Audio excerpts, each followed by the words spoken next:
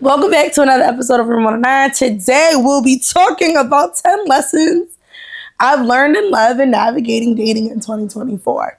And before I get into the juicy topic, I need y'all to do me a favor. Subscribe. It's right here at the bottom.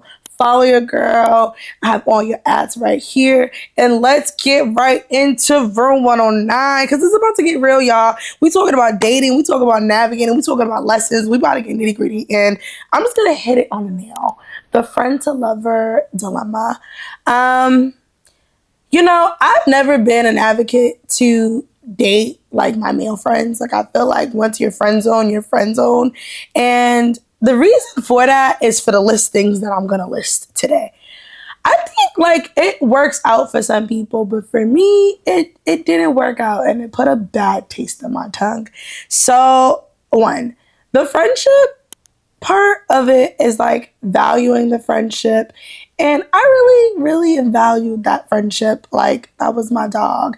But I will say like, I did like them. I liked them a little bit, but I don't know. I think the curiosity got the cat and one thing led to another. And yeah, it ended up being a situationship and it ended up being something that I no longer could do because I'm not too fond of being friends with men that I've dealt with. I don't think friendship exists anymore once that occurs. And in that situation, I felt like I kind of got rejected because I wanted one thing, he wanted another, and it just ended very piss poor. And I think I end up getting hurt the most because I expected something. And I think sometimes when you have expectations, especially for your friends, you would think that this particular person won't hurt you or won't do something to you. But it ended up being a situation where like my feelings was really hurt. Like, I'm not gonna lie. Like I was really shocked at the end result. But in the same breath, I also learned this lesson where I know that friend to lover dilemma, that friend to lover pipeline, it can't happen. Like once we cross that line, I know that there's no coming back from it. And it sucks because, you end up losing a good friend. And don't get me wrong, like I do believe that your lover should be your friend. But I think in these situations, like either you are going to remain my friend or we're going to be lovers and we're going to try. And I also think like being upfront about your intentions and what you really want. I think what really hurt me out of that whole situation is like, damn, like I really thought we had a connection, but it was kind of like we did, but it's like, I wouldn't say wrong place, wrong time. I don't know what it was, but I just knew whatever what was going on, I was not feeling it and I couldn't do it. And yeah, had to go. The situation was real crazy because when it was time to like really talk about things, get nitty gritty and just figure out what is going on, it just got messy, it got dirty, and I seen another side of the person where I was like, okay, like, this is real ghetto. So, yeah, that's, like, lesson number one. Number two, now going back to exes, like, I don't know what is in the air or why exes feel the need to call or check in. Like, life is good. Clearly, things did not work out, but, like, I feel like if God takes you away from something, like don't look back. And I think for me is being very willing and open to have conversations. But I think like honestly, an ex is an ex for a reason. Like how are you going to be able to progress or even date healthy if you keep going back? I have an issue where I don't know if you ladies or men are the same where like I hate dating. I think dating is really scary. Honestly, I live in the DMV, so the dating pool here is very interesting. I feel like a lot of women do have good luck. A lot of people do. A lot of people, I don't know. Like, I think the dating here is just very interesting, especially when you're not from here. So I think it's a little more interesting. But I also feel like I like familiar things. So like I tend to kind of have the same LOL roster, LOL, LOL, LOL, but that's not good because clearly work for a reason, and clearly there's a reason why it's not working now. So yeah, no going back to exes. I don't know, like no matter how good the conversation is, no matter how good it is, like we just gotta leave the exes alone. Like we really do. Run fast from the recently single man. Like, oh, I can't believe this even had to be a part of my 10 lessons, but I think, I don't know, the delusion in my head was like, because it's interesting when that situation occurred, LOL, that lesson was very interesting because I had prayed a prayer like, God, open my heart, expand my heart. Like, I'm trying to date more. So, like, give me somebody. And he gave me someone. And it was like, he was really cool. Like, things were really good at the beginning. Keyword, at the beginning. But as we progressed and as we got to know each other and I found out the relationship status and like his intentions were like very upfront. Like he said what he wanted, but then his intentions switched up and kind of blamed it on like his past and like how he recently just got out of a relationship when he kind of confirmed and said like, oh, it's not going to affect the situation. When in my intuition, I kind of knew like, girl, like he just got out of something. Like you not trying to be no rebound. You know what you want. You know why you want it. Don't waste your time on it. I still dabbled and dabbled. And I think that was probably the worst thing I've done. Like, I can't believe this is on my 2024 list of like lessons I've learned. But like, truly, I think that's probably one of the worst things I've done to myself. Because I think this particular situation had me in a spin, like a spiral. And I think it's because like I was just really confused on like I did everything correct. I had the correct conversations. I was upfront. Like where did things go wrong in a sense? But I had to like kind of check myself. Like it wasn't true. Truly, I think it was him and him projecting. And I think it was me not listening because God's going to give you your answer.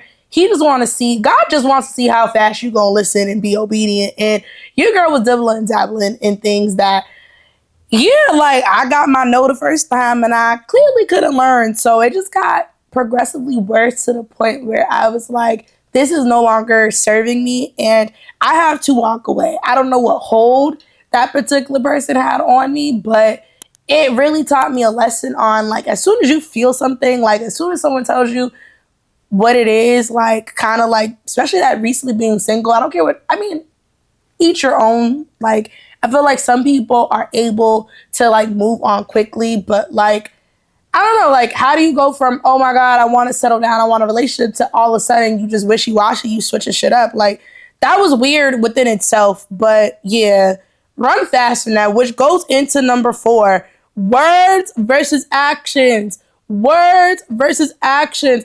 Mama, like, it's really crazy how, like, we get caught up in words and sometimes we don't even look at the actions. Or sometimes the actions, I don't know, I feel like, I'm over here like, okay, words versus actions. Like, yes, words versus actions. Pay attention to the inconsistency. Pay attention to what they say, what they do. And honestly, actions truly speak louder than words. I truly believe that if he wanted to, he would. And I think what you allow is what you allow is what you will continue. So if you know something's inconsistent, if you know in your you know that spot, that sense, that gut feeling that you get, if you know that is what is telling you to leave the situation alone, pick up your stuff and go, because words versus actions. Words versus actions. It sound good, but it don't show nothing.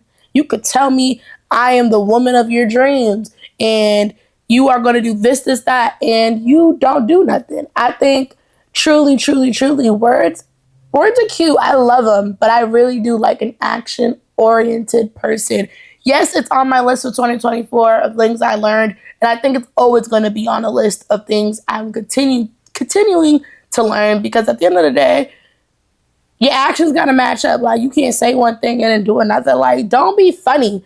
Because then when I call you out on it, like, you want to make it seem like people are tripping. Like, nah, like, you really got to stand on your business. You really got to stand on your words, especially if you're dating intentionally. Yeah, words versus actions. Actions matter, because if we are saying we're going to do one thing and you're doing another, you're wasting my time. And I gotta go. Avoid the wishy-washy individuals. Like, I'm not dealing with that, like, you know, like, if you know, how am I going to say this? Wishy-washy individuals. Whoa! I feel like we scope before we do things. Well, I would hope, because I scope before I make a move or whatever. I just feel like if you cannot make up your mind about what you want, I'm not even gonna bother, because you're basically gonna take me down a situationship. And that is something that I've been really like, nah, like, you said this and now you're saying this. You said, like, I don't like wishy-washy individuals. I don't like people that don't know what they want. I'm not doing it. I don't think anyone should be doing it.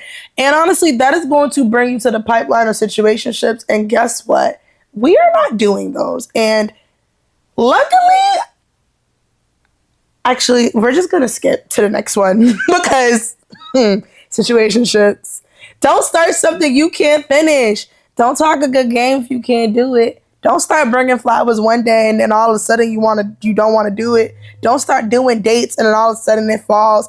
Don't start nothing that you can't keep up. Don't introduce me to something if you know that's not what you want to do. I'm sorry, but like, I just feel like if you are dating someone, or not me say someone, if you're dating me particularly, like if you are dating me, you are sending good mornings, you are kind of showing me that you're interested, you are showing me your time, and all of a sudden you switch. What's going on? What's tea? Because, like, don't start something that you know you cannot finish. Like, do not show me what you are available for, and all of a sudden you're busy and you got all these things going on. Speak up.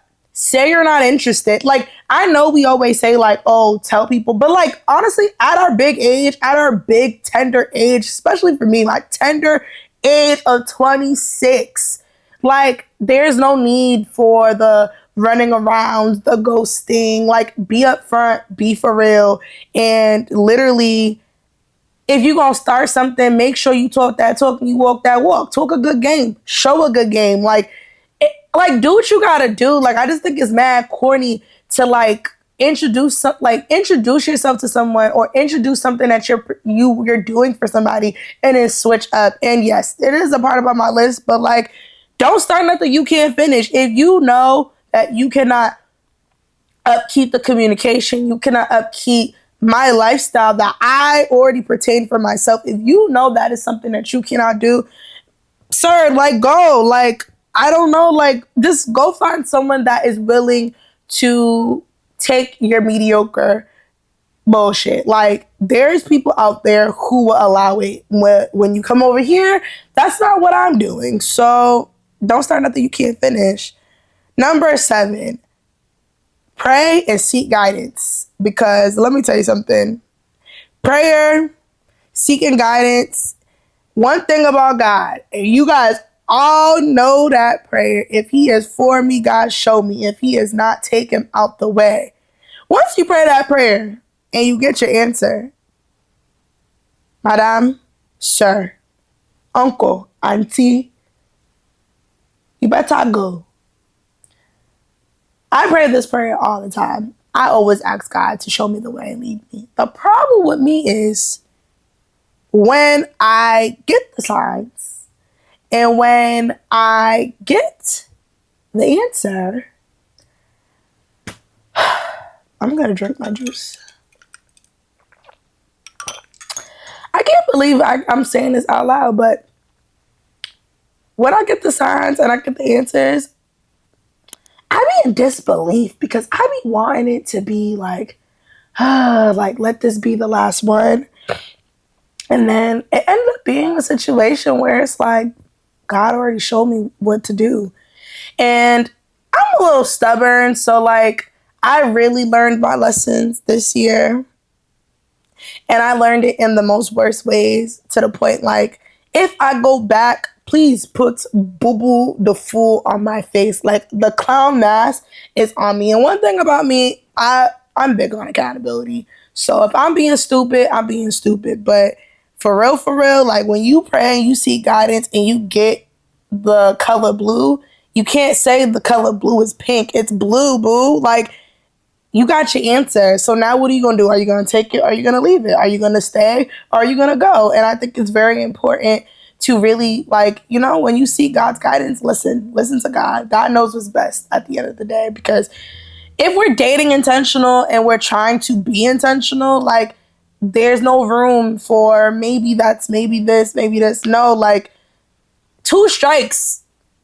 You know what I mean? And make sure in those 2 strikes, you're kind of speaking on those 2 strikes, in my opinion, because I feel like at the end of the day, our relationships are working progress. Like, no matter what, even in the dating, even in being relationships, friendships, and like romantic, you know, relationships, you need to speak on things that are bothering you. People don't know what's going on and how they're going to be able to fix it.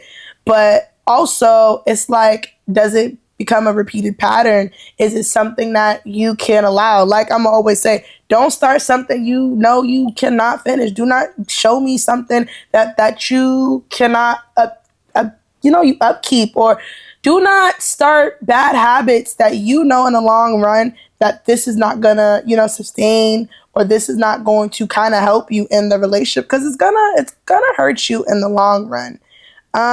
Number 8, know your worth. Know your worth. Know your worth. I don't know why.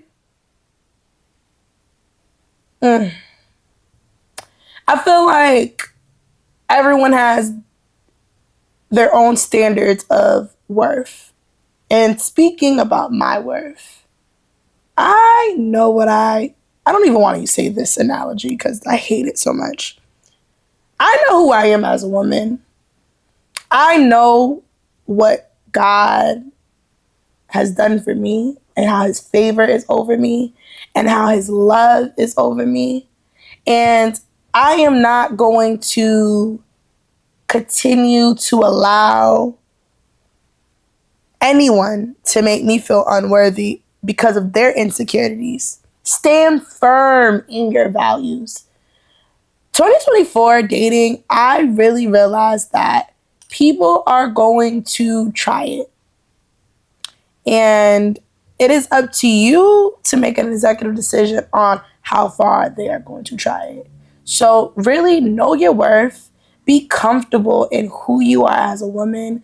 And just know, if you want to be your best and look your best, you can do that. Because at the end of the day, anything is possible as long as you put the work into it. So if you want to up your makeup game, you want to do something to make you feel better, do all of those things, because they always say, like, how you feel about yourself reflects on the men that you entertain. And when I say that, and you think about different like when I think about like when I've been dating and like the different men that I've dated and how I was feeling about myself, and like it really, like, it brings things to a bigger perspective. Like, dang, like sometimes when you're feeling at a low, like, you know, you're low about yourself and you're dating someone and you're allowing mediocre, you're allowing someone to kind of like disrespect you and throw you off a pivot, like, it really hurts you. So it's really good to know yourself, know your worth, know who you are as a woman, love on yourself,